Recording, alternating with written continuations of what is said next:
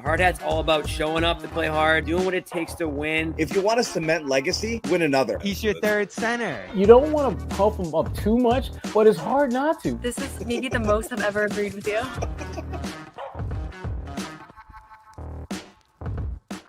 Hey, Bobby Manning here, and welcome in Josue Pavon back in Beantown for the big game tonight. Probably the biggest game left for both these teams this season. Celtics Thunder. Josue Pavon, former CLNS media, now Clutch Points covering the Thunder out in Oklahoma City, but he's going to be in the house tonight for Celtics Thunder. And last time we watched these two, Josue, it was pretty much all Thunder.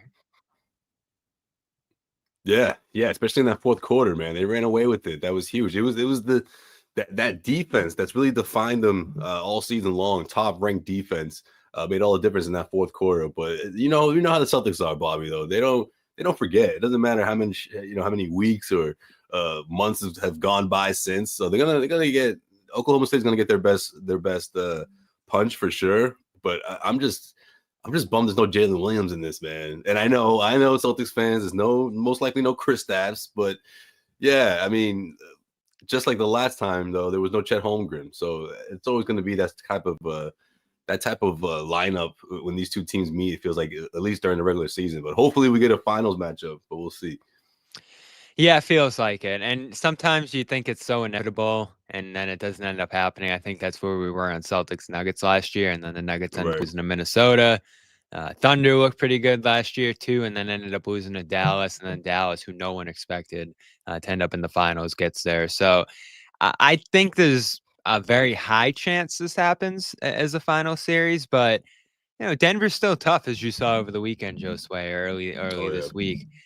That's a matchup that they have to figure out with Jokic, especially out there. And we'll talk about some of the cool stuff they did against him in that game. And then you look at Dallas again. I worried about them, and now they're out of the mix here. So things can change fast. And even with this Thunder team, you mentioned no Jalen Williams. There's a little stretch there where I'm like, all right, Thunder the team to beat. You saw what they did against Boston. They have this defense, this record. But if there's one thing I say about that roster, and what I'm most looking forward to tonight, is I'd say they have 2, maybe 3 on-ball creators. Obviously, SGA, who's going to do most of everything, Jalen, and then a little bit of Case and Wallace. Other than that, it's a lot of catch-and-shoot guys. It's a lot of big men. And so, you look at the Celtics, and they have like 5, 6, 7 creators, so many guys that can create their own shot. And the Thunder are really built around Shea, and that's why he's probably going to win MVP. But I'm interested tonight to see if Joe is like, let's take Shea completely out of this and see if anyone else can beat us. Yeah, the only other person I'd add to that list is Aaron Wiggins. I think he's really coming to his own this season. And he's capable to have these 20-point, 25-point nights, and it's not just based on his outside shooting. So I definitely throw him in there. But yeah, I mean, to your point, Bobby, that's certainly what it's like, offensively for these guys. A lot of guys that Shea can always kick out to. They're there to knock down that 3-point shot. I mean, Lou Dort hit a career high 8 threes against the Nuggets, and of course came in a losing effort. But I mean, it just goes to show you what this offense can look like when Jalen Williams is not out there. Now, Jalen Williams suffered a hip injury in the first half, so he didn't play the entire second half. And I think that was a huge benefit for the Nuggets in the sense of just not having that other guy that you can kind of, throw the ball to and can create on his own, especially in lineups that don't feature Shea Gilgeous-Alexander, which is exactly when he got hurt in that second quarter. So it's going to be interesting to see how they respond in those moments against the Celtics when you don't have Jalen out there, when Shea has to take a breather. But that's when someone like Aaron Wiggins steps in. He's having a hell of a season. He had a career high in points earlier this year with, 40 plus. It's just when you look at the combination of him and what Shea can do and getting other guys involved. Case and Wallace is definitely another person. Isaiah Joe has had a few big nights, career nights, especially from behind the 3-point arc. These guys can really get going from deep for sure. So I want to see how the Celtics defend that, because I do think that's going to play a part, especially coming off of a loss. They typically this season, it's rare, right? They have a dozen losses this season. They always come back very strong after losses. You know, they had a day to sort of think about what happened with the back-to-back against the Nuggets, which was a really challenging playoff type atmosphere between these two teams. So I'm eager to see how they respond, especially at TD Garden. You know, not to bring up Jalen again, but he even mentioned during the podcast how like he's mesmerized in a sense of how like ruckus and how it is in Boston, but he feels like he hasn't been, you know, that sort of all-star quite yet at the Garden. So, you know, it's a missed opportunity, but I'm sure he's going to relay all that information to these guys. I know these guys are really pumped up about this matchup, you know, going up against the champions. I mean, most teams are this season, you know, because they're the champions, but also I just think it's, like you said, Bob, it's one of the few big matchup they have left on the schedule. And they, you know, coming off of the loss against the Nuggets, it'd be a great way to bounce back. So you mentioned the fourth quarter. It was a disaster for Boston in that game. 3 for 18, 2 of 11 from 3. Turnovers flying everywhere. They had 7 in that quarter. They It had was like the worst. 12 points, I think. Yeah. 12 Might have been points. the worst Yeah. fourth of the season for the Celtics. Yeah, probably. I mean, you could probably go as far as to say it was the worst quarter they've had under Missoula. Jalen's 0 for 4 in that quarter. Jalen Brown. We got so many Jalen's in this matchup. We got to use the full name. I know, right? Tatum's Yeah, 2 for 6. And then on the other side, the Celtics are ignoring Dort, trying to play off him. You know, that's their defensive style, is they're going to try to push the ball to the weaker shooter, and he hits 3 threes. So there's a lot they have to adjust to in this game. And you mentioned one of them, Chet, coming back. The Celtics love to play big. We'll see if Porzingis is back, and we can talk about that in a couple minutes here, that weird situation, and we might get some more information on today. Hopefully. Now that you have Hartenstein and you have Holmgren if you're Oklahoma City, I'm wondering, do they stay small? Do they continue to run, try to beat Boston with athleticism? Or are they going to go to some of those bigger looks? Because to me, the Celtics are going to be more comfortable seeing Oklahoma City play big, maybe play off Chet a little bit to pack the paint against Shea. If I'm Oklahoma City, I'm still trying to run them off the floor. But now you have Chet and you have to balance those big man minutes. Yeah, no, for sure. It'll be interesting to see how Dagnall balances that, because you know, without Jalen, it does make a big difference. Jalen Williams, I should say. But then there's another Jalen Williams, right? I mean, coming off the bench, he's been huge for this team. You know, he came off of his first career triple-double a few nights ago. He can stretch the floor. He's a really good passer, very underrated passer, very similar to what you get from Isaiah Hartenstein and Chet. You know, they can really run those high lows and get the bench guys going, which is typically the lineup that he's mixed up with. So yeah, I think you're gonna see a healthy balance of both, especially with the way Chet's been. They kind of been letting him go in a way. You know, I mean, it's beyond a minutes restriction. He was similar to what, you know, Al and Porzingis were going through in the sense of not playing on the second nights of back-to-backs, but they eliminated that against the Nuggets. So they really want to see what, you know, push the limitations with Chet right now. And I think this is a great opportunity for them to do that. But yeah, I mean, to your point, I just do think there's going to be a healthy balance of both, going small and double big, because they really want to maximize that starting five featuring them, you know, the double big lineup. So I do think that plays a part tonight with Isaiah and Chet. But again, you know, having that healthy balance is what really makes this team difficult to defend, especially when you can mix in guys off the bench like the other Jalen Williams. You know, you got you got shooters like I mentioned earlier, Isaiah Joe, Aaron Wiggins. I mean, Lou Dort is coming off a huge shooting night as well, even though he's in the starting lineup. So yeah, I mean, that's the thing about this team, Bobby. I just feel like the depth really shows in moments like this. I mean, it's shown all season, and it was like for 4 days they were relatively healthy, or 90% healthy, or their entire player rotation was healthy until this Jalen Williams injury happened against the Nuggets. But we'll see how they bounce back. I mean, guys step up for sure, and they definitely, you know, have guys at the wing position that can do that against the Celtics. Yeah, and so if there's no Porzingis, you have to think Celtics go Horford here again, switch, you know, try to play that style, and it's looked good, you know, during the stretch. Porzingis missing 7 games recently, so they've had a ton of time in that lineup and wins and rest too, you know, coming into this game. No Horford, no Tatum in that last game as well against Utah, so they're coming in refreshed as well. And it was an interesting balance for that Lakers game last week, because obviously a ton of guys were resting leading up to that, and they actually came out a little bit slow in that game. In the last Celtics Thunder game, and someone mentioned this to me on Twitter after I did our preview of this game with Noah, and it was a good point. The Celtics actually hung in there pretty well in the first half, which, came second to mind after the awful second half that they had in that one. But it was 35-32 after one. Celtics won the second 30-23. So they actually had a solid halftime edge there, and ended up collapsing into the second half. But it wasn't like they didn't play any good stretches in that game. Tatum was solid, got to the free throw line a ton. And Porzingis is the big one here, and we can get into him now. I don't know if he's going to go here. They originally had him doubtful and upgraded him or corrected it, they said, to questionable.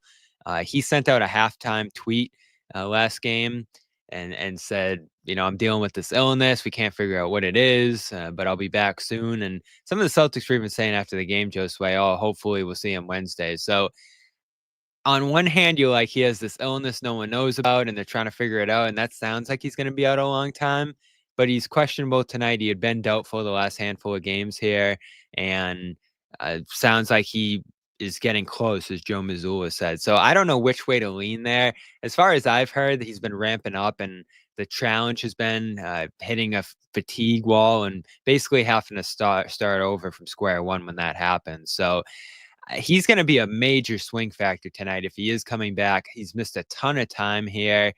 Maybe you even consider bringing him off the bench if his minutes are limited, but having him to go against that Oklahoma City double big lineup that you mentioned they're probably going to go to, I think is important here, because can the Celtics get by with Horford and Cornet and playing smaller? Yes, but I think it's ideal to have all your options against Oklahoma City, and the Celtics have actually been at their best this year playing two bigs together, I'd say. Yeah, I mean, it's just this whole like cryptic thing. It's just, I don't know, man. I almost feel like the tweet was posted to sort of just like let people know that it might take a little bit longer, but hopefully I'm wrong. I mean, players talking about him potentially coming back tonight, that would be great, obviously, for the Celtics and for the Thunder to have that, look, that wrinkle. But I don't know, man. I just feel like the Celtics are gonna be very precautious, as they should, with something like this, with someone like Kristaps Porzingis, and hopefully he's gonna be back soon. But I'd be really surprised if he's back tonight. Hopefully I'm wrong, especially for this intense of a matchup, right? Right, yeah, to throw him in there like that. I mean, again, in a sense of him coming back soon, hopefully I'm right, and that's in that regard, because you hate to see someone go down, something like this, something, essentially probably out of Kristaps' control. But man, I just can't remember something like this. Yeah, neither can I. Something like this.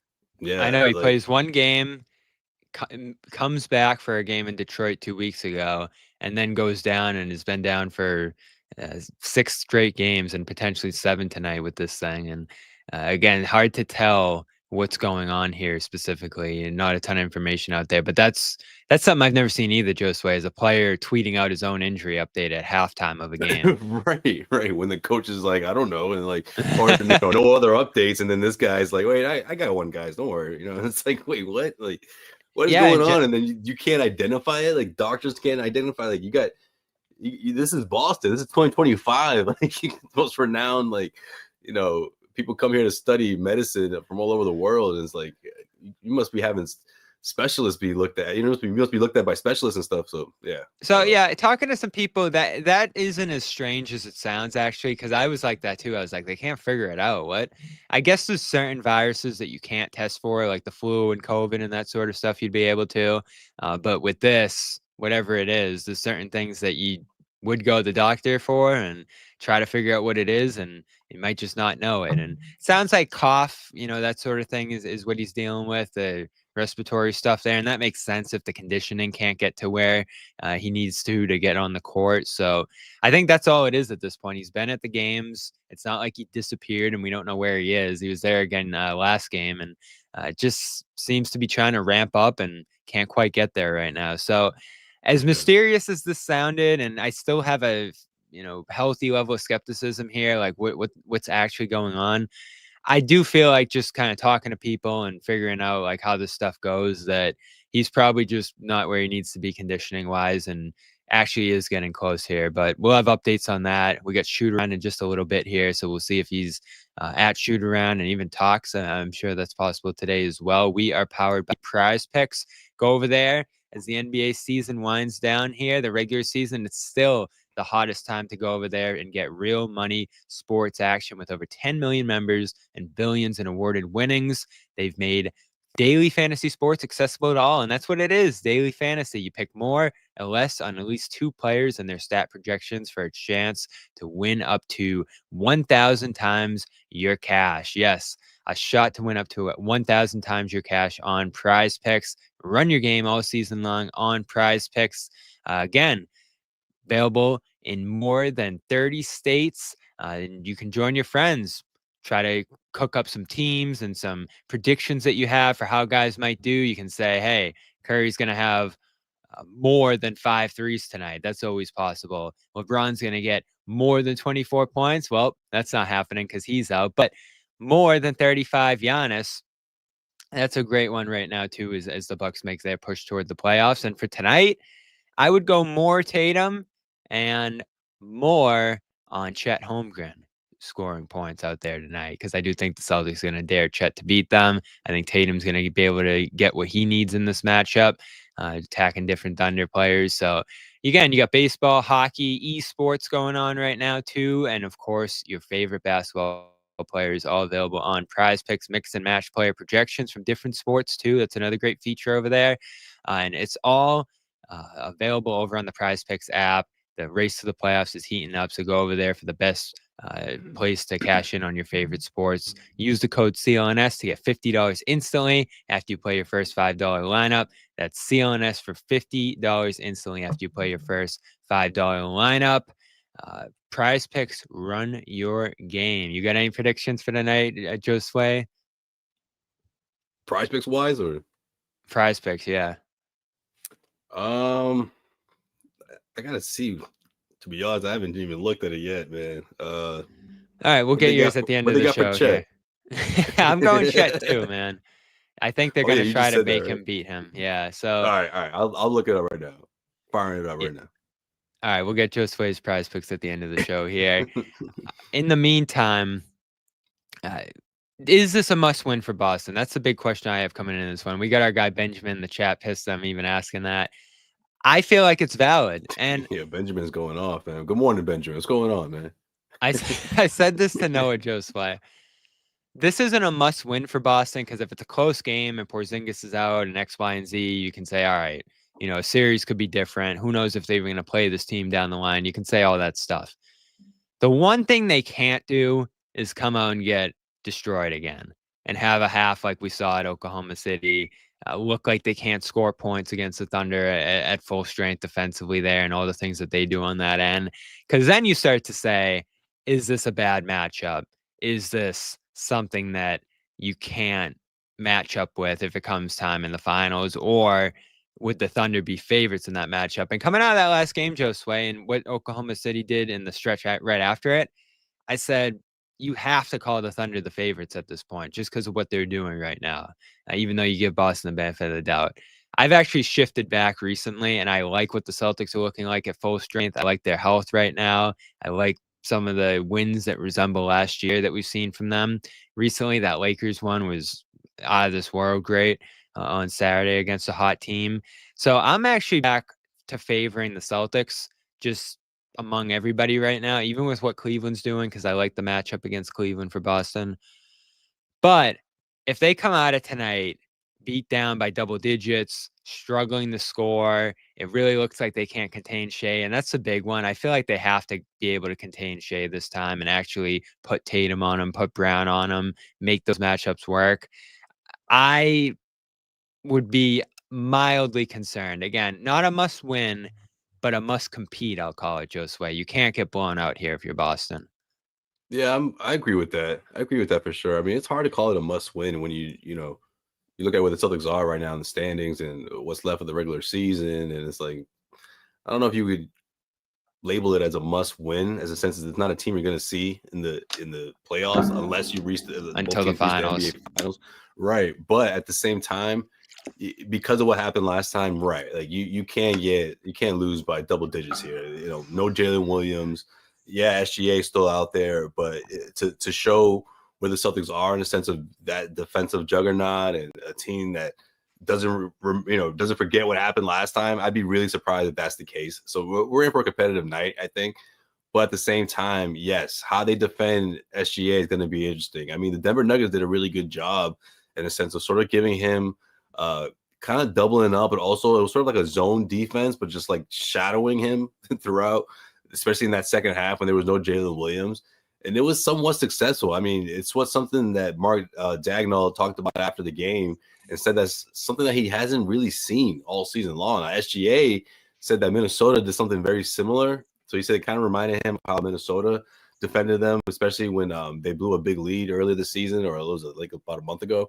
And they ended up losing that game. So if I'm Joe Mazzulla, I'm looking at that tape. I'm looking at what type of version of the Celtics can do in the sense of what Denver did, in terms of how they guarded SGA, and the Celtics have the personnel for that. It's not like it's something that he can't do. And you look at the way the wings and you can mix it up with the bigs up top. Whether it's Al, whether it's like you said, Jalen, which I would think would probably be one of his main defenders. I want to see how they go about that because, right, like you said earlier, you don't let him go off. I think that's going to be a big part of the game plan in the sense of just shadowing Shea, making it hard for Shea. I mean, Shea's going to get his, obviously, but there's a difference between, getting damn near 40 points and what we saw against the Nuggets, 25 points, what was it, 8 for 16 or something like that, much more limited to what he usually does all season long as a player who leads the league in scoring and gets 30 plus, every single night pretty much. Yeah, and when you look back at that matchup a couple of years ago, the Celtics did use Tatum on him in that game. And in the fourth quarter, they were able to limit Shea a little bit on that night. The Oklahoma City game 2 seasons ago, or last season rather, where Celtics lose. It was a crazy game, high scoring one, and that's become a bit of a house of horrors for the Celtics out there in Oklahoma City. But Shea in the fourth quarter, 0 for 3 with Tatum on him. And that's, I think, what you got to do tonight because you don't want to double him. There's a lot of guys around him that can make plays and do some stuff. You don't want other guys beating you that badly that you're going to bring the extra pressure against him. But I think if you put a bigger body on him, a guy who's not going to just be physically overmatched. And that was what we saw in the last matchup there. Like Shea went at Pritchard. Shea went at some of those guards, Derek White. Like, I don't think those guys are going to be enough against Shea straight up. And again, don't think you want to. Celtics aren't really a team that likes to double guys. I think they like to switch and play straight up and all that. So, when it matters most, at the very least in this game, and I know both coaches are going to try some stuff, I think you want Tatum on Shea, and especially if you're going to really try to win this game. And I think the Celtics should be in that mindset after what happened last game, fully rested. This is really the only crucial game left for them. And I know Tatum and Brown are both on the injury report here. I'd have to imagine that's not for tonight. Well, Jalen looked hurt last game, so I'll actually say that his was valid. I think he's going to be good to go tonight, but tweaked his knee last game. Tatum being questionable, I think, is probably to line him up for some rest in this weekend's back-to-back against Miami and Brooklyn. So I don't think Tatum's actually in doubt for this game. But as you mentioned, Josue, Jalen Williams is out. Porzingis completely up in the air. Again, we'll have an update on him here shortly. But I'm really looking forward to this one, Josue. I think this is going to be a super intriguing matchup as it was last time. And even though a lot of things could change, I have a very strong feeling. I put it like over 50% that this is going to be the finals matchup when the time comes. But of course, anything can happen. How's the season been covering them? I'm sure we'll talk about it later tonight. But, just what stands out about this Thunder team and is this a group that could win it all? I know people are starting to give them their credit, but it's a different thing to say, hey, these guys could be champions here. And it's starting to feel like it could creep in that direction. It could, Bobby, but getting there, I think is, which I was about to say, getting there, I think is going to be much harder for the Thunder than it is for the Celtics. Like getting to the finals, I do think the Lakers change things. Thunder fans are kind of delusional right now. They don't want to see into that, but it's true. I mean, it's true regardless of what happened with LeBron James recently, and he's probably gonna miss up to 2 weeks or whatever the case may be. I mean, if they keep themselves in the top 3, I just think that's a really, really tough matchup for the Thunder. But we'll see. We'll see. I mean, we'll see if that's what happens, especially going into the Western Conference Finals. But I mean, yeah, the Denver Nuggets are also a team to worry about, I think, for sure. The Warriors is sort of a dark horse. I don't know, but like you said, I mean, it's in terms of like the odds, I think that the Thunder should get to the finals. They should, but it's just not going to be as easy as it would be for this team like the Celtics, which outside of Cleveland, I just don't see a team that really gives them a tough time in the postseason. Yeah, Celtics going to get Miami round 1 or something like that. Atlanta round 2 will be New York, who they've mostly handled. They'll be in cruise control, man. Even the Knicks are like, man, the Knicks fans are so excited about this season. Like, what's going on? Like, what happened? I mean, like the Western Conference is going to be a dogfight for sure, and it's usually like that. Like you said at the top of the show, I mean, no one predicted to see the Mavericks in the finals, and that's what we got last year. So anything could happen, anything is possible. But this year's been a blast, man. Like OKC, the fan base, this team, the head coach. I mean, yeah, he won the coach of the year last year, and rightfully so, because I mean, it's great. Like in the sense of like how he has these guys playing at their maximum potential. The way he really is, like, what's the word I'm looking for? Very meticulous in like his approach. I mean, you saw what happened against the Nuggets, right? That stuff was amazing. With the inbound stuff, like, he sees everything. How do you even think about that? Yeah. Right. And that's why right. this gets fun too. Like, Joe's like that too. Yeah. Right. Like he remembered what happened against the Warriors 2 years ago, and he's like, "Nah, man, not today." And I feel like, Bobby, he was gonna say Draymond, but he didn't want to make it personal. He was like, like that time when he would have been on the podcast against the Warriors. Yeah, exactly. Right. He's like, the last thing he wants to do is give this dude some fuel to bring him up, because Draymond would be like, "Man, look at this coach over here calling me out." You know what I mean? Like, he would have been this whole thing. So, but yeah, like he doesn't want that type of smoke, obviously. But I just think like he's so in tune with what he's doing, like eye for detail, like crazy. And it's really fascinating because obviously, super young coach, sort of under that like division of these young coaches that just really, in their first few years have made such an impact, alongside, of course, Joe Mazzulla, of course, look, I'm drawing a blank right now. Utah, you saw him recently. Will Hardy. Will Hardy. Like, yeah, it's just it's like this new age of these young head coaches taking the league by storm. Even JJ Redick. It's just fascinating. Yeah, even JJ, man. It's hasn't slept much, but yeah, like, he's certainly in the mix. Like, you can just tell, like, he's been stressed out all season long. But man, what a blessing though. He got a freaking Luka Doncic fell in his lap this year, so he'll be all right. But he just needs to get some more sleep, man. You got to take it easy. JJ's hard on himself, but hey, that's what I guess most head coaches are, right? At least the good ones. I've been impressed by him and impressed by what Josue is doing out in Oklahoma City, but he's back in Boston for this big matchup tonight, and I can't wait. We got a 7:30 tip-off tonight. We'll have some updates shortly. Again, Porzingis, is he at shoot-around? We'll go find that out right now. Yes, sir. And Bobby, look out for the tribute video, man. It's gonna be dope tonight, man. No, I'm just playing. But no, I can't wait. Do I have that loaded up? Yeah. No, we'll hear more from Josue tonight. We have post-game scheduled for after the game. So thanks for joining us here, Josue, and previewing this one. And good to have you back in town here tonight, man. I'll see you in a bit. Absolutely, man. Sounds good. See you guys tonight. Thank you for tuning in, everyone. It's going to be fun.